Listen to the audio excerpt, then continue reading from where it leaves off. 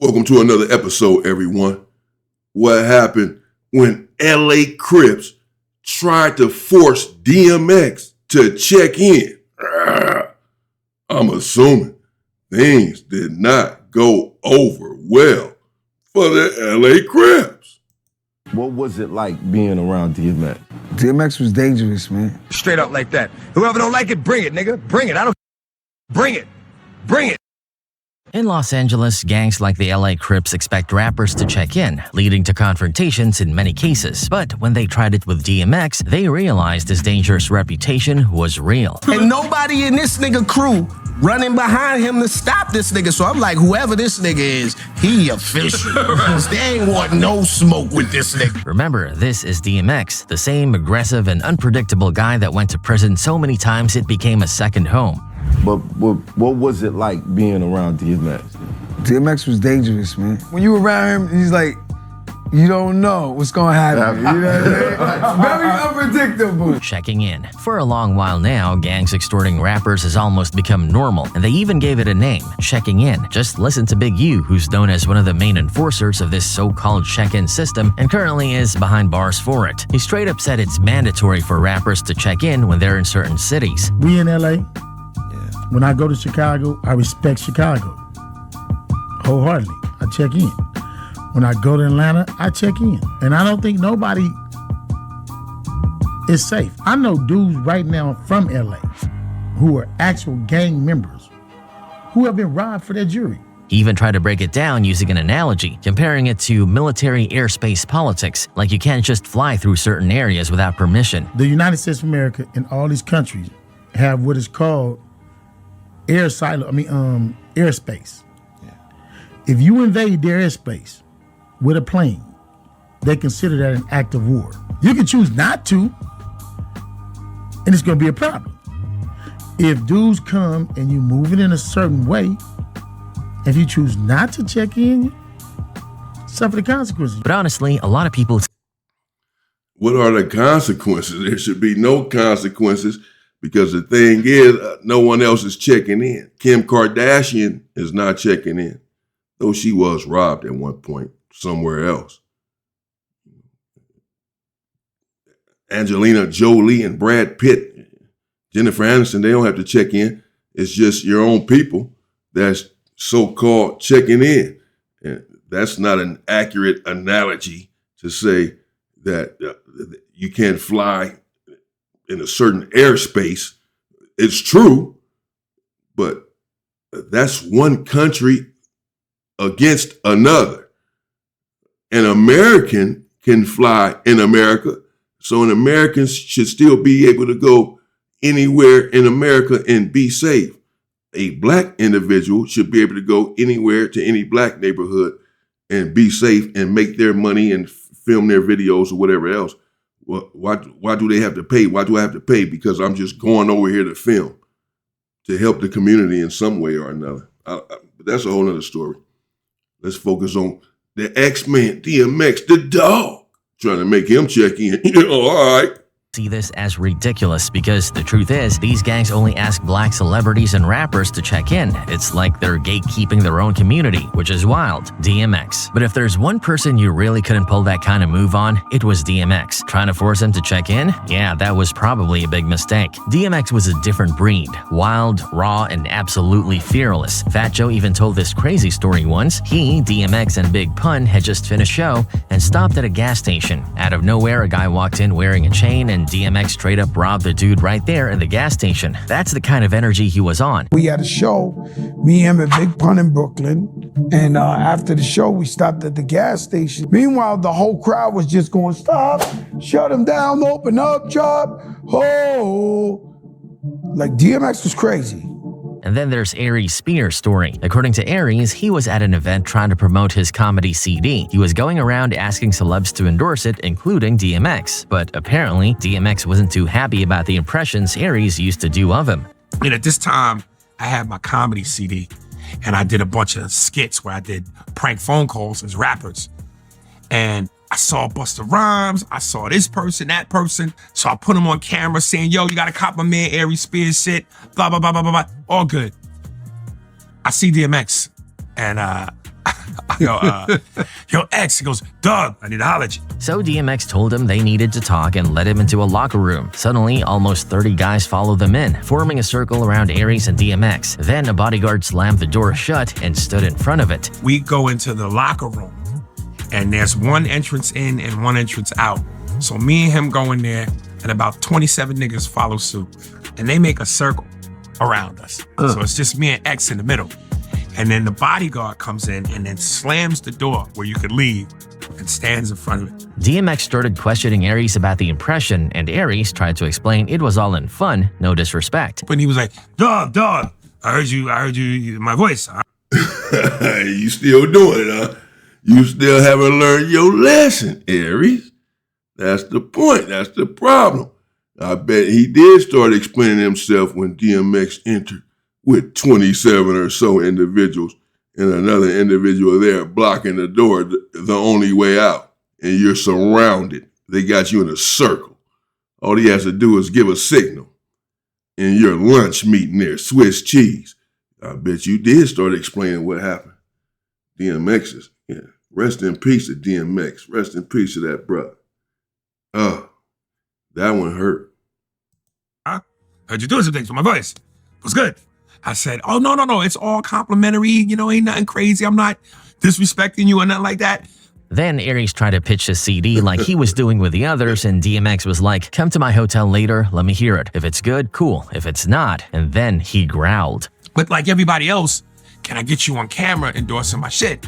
He was like, Doug, I tell you what, come to my hotel tomorrow, let me hear it. If it's good, yeah. If it's not,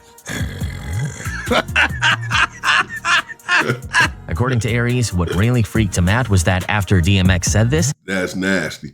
If it's good, it's good. If it's bad, you're cooked. Oh, X, man, I was just playing DMX's song in my head last night. It's crazy. Wow.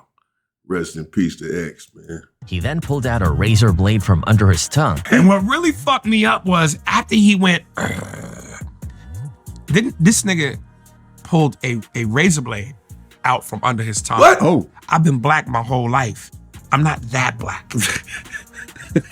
The gift that you have to be able to put a razor blade in your mouth, talk, move your mouth, your tongue, and you don't cut yourself? According to Aries, after witnessing Not only don't cut yourself, you don't even know that it's in there. You don't even know that he has it when you're sitting there talking to him. He didn't realize it till he pulled it out.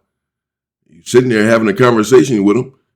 Individuals are good like that. They do that in prison sometimes, in the county jail prison.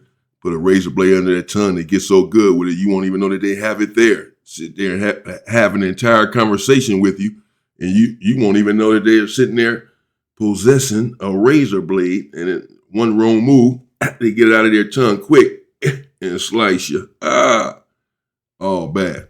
DMX doing this on the street, the X-Man was with it.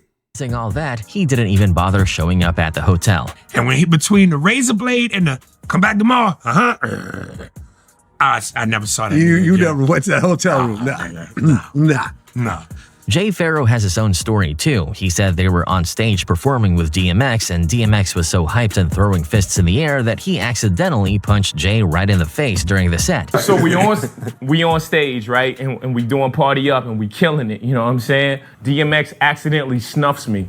That's some real shit. I was like, wow, this nigga's knuckles is hard as a motherfucker. DMX accidentally. He accidentally snuffed me. How? Is he just going No, out look. 1, 2, now. He hit me outside. Oh, shit. I was like, God dang. Then there's the time DMX had rappers running for their lives. Memphis Bleak told a story about how Bad Boy Records were chilling on the beach in Miami. Mace rolled up on a scooter, and the moment DMX saw him, he started chasing Mace. And Bleak, who was seeing DMX for the first time, was shocked. Yo, get back here. Wait till I catch you, nigga. So, you know me, I'm in the back seat like, what happened between him and Mace? Like, who is this nigga?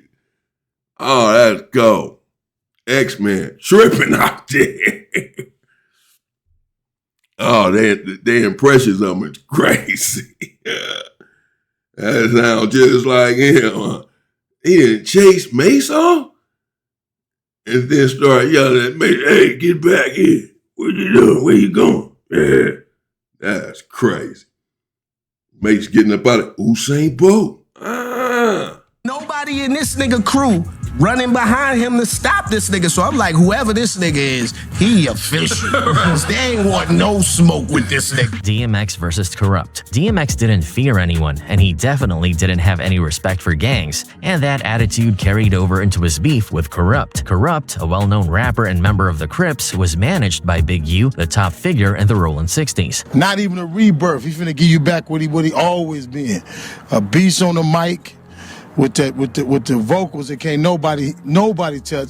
He gonna make you go get the dictionary to understand every word he just spit too. But DMX didn't care about any of that. In fact, things got so serious that Kurupt ended up being the target of a hit that left 2 of his bodyguards dead, and Kurupt barely escaped with his life. Rumors quickly started circulating that DMX might have been behind it, and considering his wild reputation, a lot of people believed it. Let's take it back to the early 1990s. At the time, DMX was the undisputed underground king of the New York rap scene, while Kurupt was just starting to make a name for himself on the West Coast. In 1992, when he was only 19, Kurupt and his close friend Daz Dillinger signed with Death Row Records. Together, they formed the Dog Pound, with Kurupt repping the Rollin' 60s Crips and Daz repping the Rollin' 20s Crips from Long Beach, California. Not long after, the Dog Pound expanded into a larger crew known as the Dog Pound Gang. Say what? Kurupt banging Rollin' 60s. This is news to me. I never knew Kurupt was from Rollin' 60s Crip. My goodness. Where's this individual getting this information from? Kurupt is not from Rollin' 60s. He's just not. Knock it off. Gangsta Click, which included heavyweights like Snoop Dogg, Nate Dogg, and RBX. The crew first hit the scene in a major way when their appearances on Dr. Dre's classic 1992 album, The Chronic. They continued making waves in 1993. And DMX and Kurupt was beefing over a woman. They were beefing over Foxy Brown. They were beefing over Foxy. And they had diss records going back and forth. And Kurupt's bodyguards being deleted. It had nothing to do with that. In fact, I believe I did the story on that. That was a Hispanic dude from a Hispanic gang that came gunning at them or something, and he went down. This is something different. I don't think so. Playing a big part in Snoop Dogg's legendary debut album, Doggy Style. Kurupt and Daz appeared on several tracks and skits, solidifying their place as a key part of Death Row's success. By 1994, the Dog Pound was ready to step into the spotlight themselves. They kicked off the rollout for their debut album, Dog Food, with a single, What Would You Do? The track was a hit and even earned a Grammy nomination in 1996 for Best Rap Performance by a Duo or Group. Have you ever heard of a slaughter? I oughta start dipping, sipping on that ST gets me to tripping. When Dog Food finally dropped on October 31st, 1995, it debuted at #1 on the Billboard 200, selling over 270,000 copies in its first week. The album's success cemented the Dog Pound as one of the hottest duos in hip-hop. By 1996, Kurupt's personal life was heating up as well. He started dating Brooklyn rapper Foxy Brown, and by 1997, the two were engaged. Meanwhile, on the East Coast, DMX was beginning his meteoric rise. After signing with Def Jam, he dropped his debut single Get At Me Dog in February 1998. The song was a hit, peaking at number 39 on the Billboard charts, and made it clear that DMX was a force to be reckoned with. Don't know by now that you slipping. I'm on some bullshit that's got me jacking niggas flipping. Let my man in them stay pretty. Later that year, DMX released his classic debut album, It's Dark and Hell Is Hot, which took the rap game by storm and solidified his status as one of hip-hop's biggest stars, DMX and Foxy Brown. Things started to get messy in mid-1998 when rumors began circulating that DMX and Foxy Brown, Kurupt's fiancé at the time, were hooking up behind his back. According to Foxy? Hooking up with the ex-man behind your fiance's back. Fiance. It's not his girl. That's bad too. That's all horrible. Someone said cheating should be a crime. That's horrible. Dang. This is why they were beefing. This is how the beef started with Kurupt and DMX over Foxy Brown. This is his fiance, his girl, his wife, soon to be wife. Thought enough of her to get her a ring, get down on one knee and say, will you be mine forever? And she over there with the ex-man, he got down on one knee and she got down on two, messing with the ex-man. She got down on two knees. He got down on one, she got down on two. Oh, that's nasty work. Can't trust him.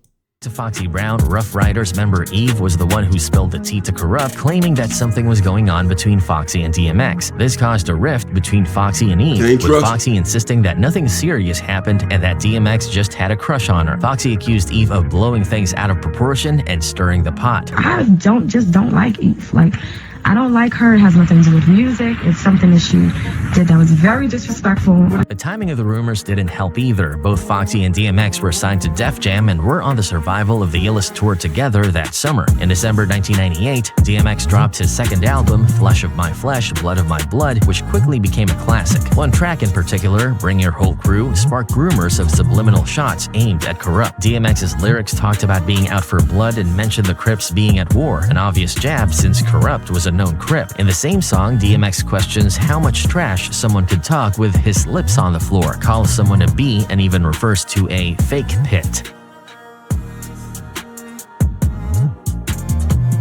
Fans speculated this was a dig at Kurupt, tying it to the dog pound and comparing Kurupt to a fake pit bull. DMX goes on to rap about wanting to choke and kill someone, with many interpreting it as a warning for a fake pit bull.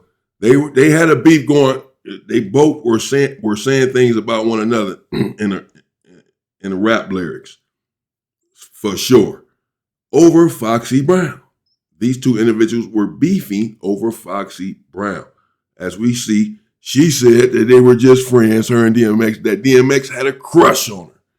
Eve had a different story. Kurupt to back off before things got serious.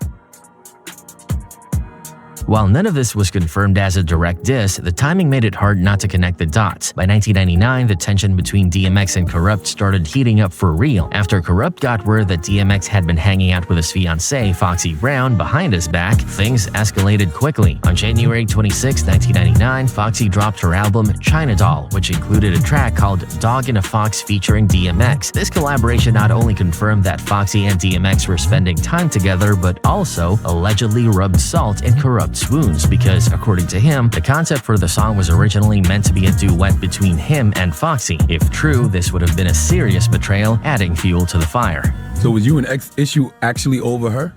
Totally. Oh, so X was messing with her when y'all together? Totally. Then she took one of my concepts. We was gonna make a record called The Dog and the Fox. No. Yeah. Wow. And then she went and did it with Earl. Kurupt versus DMX. At the same She went and did it with Earl, he said. That's DMX. She took one of my concepts. He asked her, Charlamagne from the Breakfast Club, or asked him, Kurupt. So was all other beef with you and DMX over Foxy Brown? He said, totally. All of it. He said, then I had a concept. She took my concept and did it with DMX. Well, that's really on her.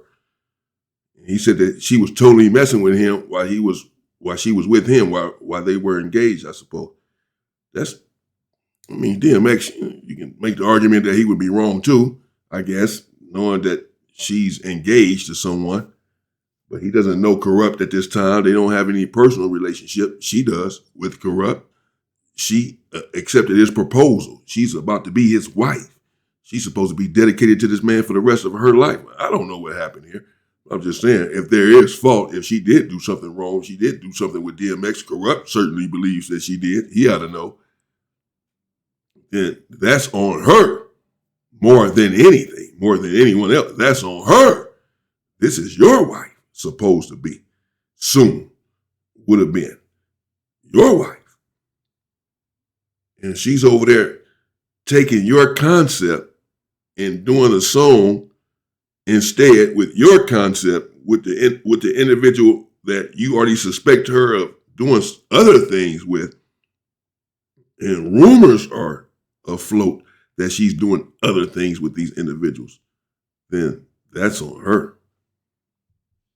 And you need to be addressing her for the most part. Girl, you gotta go. Time, Kurupt was working on his second album, The Streets Is a Mother, and decided to address the situation head-on. He recorded a track called Calling Out Names, which served as a diss aimed at several people, including DMX, 50 Cent, and Ja Rule. The track leaked a few months before the album's official release and instantly stirred controversy. In the first verse, Kurupt takes aim at DMX, referring to him as a mother effing D, mother effing M, and declares that the only X he acknowledges is Exhibit or RBX. He accuses DMX of trying to snag his B, Foxy Brown, but says DMX can keep her, calling both DMX and Foxy to be getting rich. Kurupt doesn't hold back, warning DMX that if he ever sets foot on the West Coast, he'll be stripped and beaten all over a female. Kurupt even brags that he's moved on with a new girl because his old one, Tweet, another jab at Foxy and the drama surrounding her. In the second verse, Kurupt shifts his attention to Rough Riders, making it clear he doesn't have love for anyone in the crew except Eve. This praise for Eve seemed to confirm Foxy Brown's claim that Eve was the one who told Kurupt about her and DMX. Kurupt then fires off more shots, saying F Rough Riders, F the Firm, and F Belly.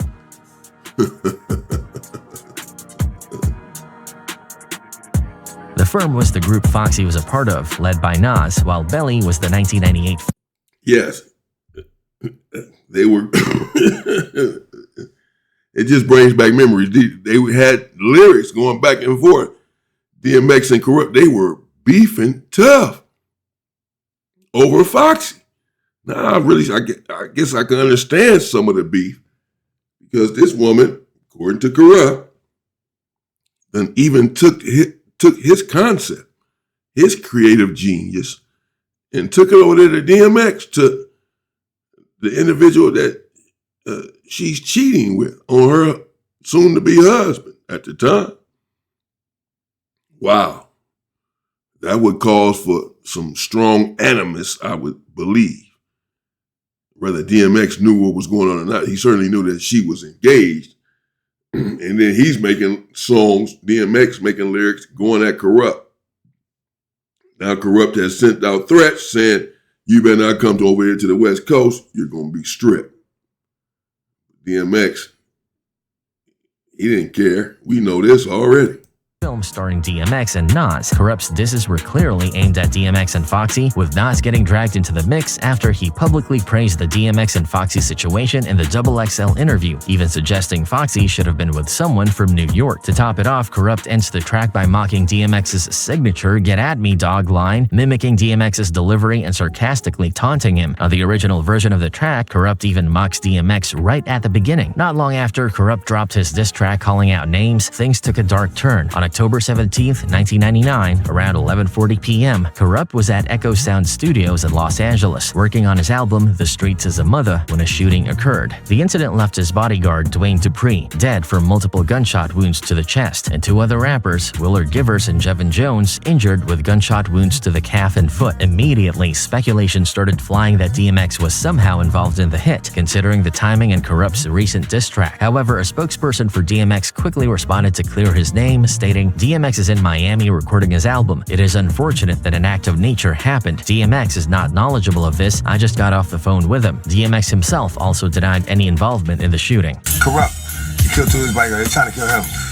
Killed two of his bodyguards. They blamed it on me because he made a song about me.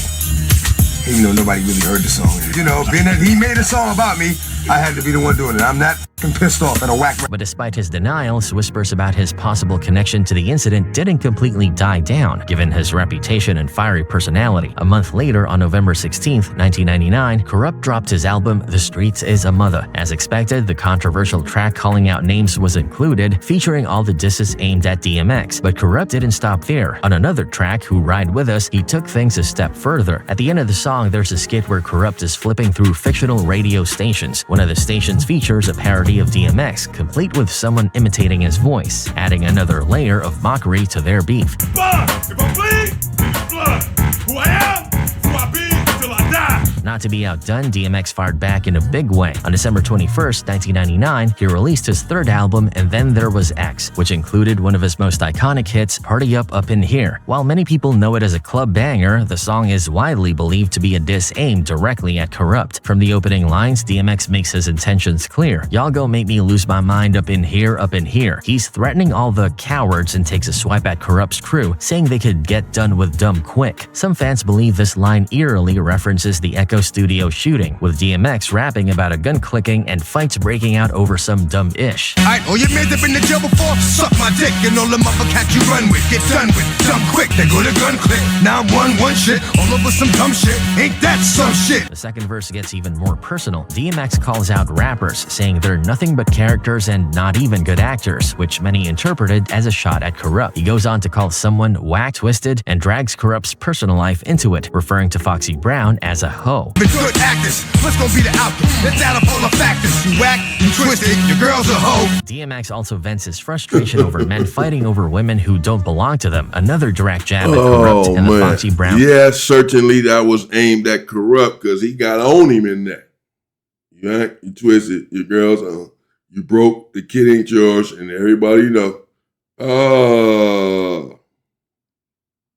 This beef has been going on in the industry for some time. And unfortunately, sometimes it has turned deadly. This never did, thankfully. But the beef was serious. DMX had turned on Kurupt and Foxy. I shouldn't say turned on him, but he no longer cared about Foxy, whatever they had going on at first. And Kurupt wasn't messing with her anymore because he believed it, has proof, if you will, that she certainly took his concept over there to DMX. But he believes that it was more than that going on. He's intimate with her, has an intimate relationship. He ought to know. Maybe he's seen text messages, whatever the case is, he knows. He has intuition as well. He says she was over there cheating with DMX. But X is not about to check in with anyone in LA, with any Crips. I don't see that. I don't see X doing that. Yeah, just like he got 27 dudes surrounding Ari Spears, he riding like that, and I believe personally that he's ready to do whatever before he come giving somebody some money. Oh yeah, here go 100,000, here go 50,000. I'm checking in. I don't see X doing that. I just don't see it. Drama. In the third verse, DMX ramps up the aggression, saying he's going to shut someone up permanently. You keep running your mouth, you gon' blow your lung out. He even hints at making someone go missing, which only fueled the rumors that DMX had something to do with the Echo Studios attack. I'ma blow his lung out. Listen, your ass is about to be missing. You know who gon' find you? Some old man fishing. What made Party Up such a devastating response wasn't just the lyrics, it was the song's success. It became a global hit, blasting in clubs, on the radio, and in movies. For Kurupt, hearing DMX mock him on such a massive platform must have been humiliating. It was a strategic move by DMX, proving that sometimes winning a beef doesn't require more diss tracks, it just takes making a hit that dominates everywhere. Fast forward to January 17th, 2000, DMX was at the American Music Awards held at the iconic Shrine Auditorium in Los Angeles. During the event, he made an appearance in the press room where he answered a series of questions from reporters. Naturally, someone brought up the lingering beef between him and Kurupt, and DMX said there wasn't any issue between the two of them. 2 questions. How are you dealing with the conflicts with Kurupt? All right. First of all, there is no conflict with Kurupt. You know, so I'm not dealing with anything. It was a surprising answer, to say the least. After all, Party Up seemed to contain lines that many believed were clear shots at Kurupt, and the tension between the two had been buzzing in the industry for a while, so why the sudden downplay? Some thought it was DMX's way of brushing Kurupt off, refusing to give him any attention. Others speculated it was a calculated move, possibly to divert attention from the rumors linking DMX to the shooting outside Echo Studios. Kurupt, for his part, stayed relatively quiet during this period. Despite Party Up becoming a global hit and playing in every club and radio station, Kurupt chose not to respond with another diss track. Instead, he took a different approach. On July 17, 2001, he dropped his album Space Boogie Smoke Odyssey. One track, Just Don't Give a F, addressed the lingering feud. In the song, Kurupt let it be known that he was ready to squash the beef with DMX. But that wasn't quite the end of their story. A few years later, on August 23, 2005, Kurupt released his album Against the Grain. One track, Speak On It, reignited some of the old tensions. Crips, albeit in a subtle way. In the song, Kurupt spoke on people comparing rappers like 50 Cent, Ja Rule, and DMX to Tupac. He firmly shut those comparisons down, saying there would never be another Tupac. Then, in a direct call-out, he mentioned DMX by name, saying he wasn't the new Tupac either. Ain't no new motherfucking Tupac, nigga.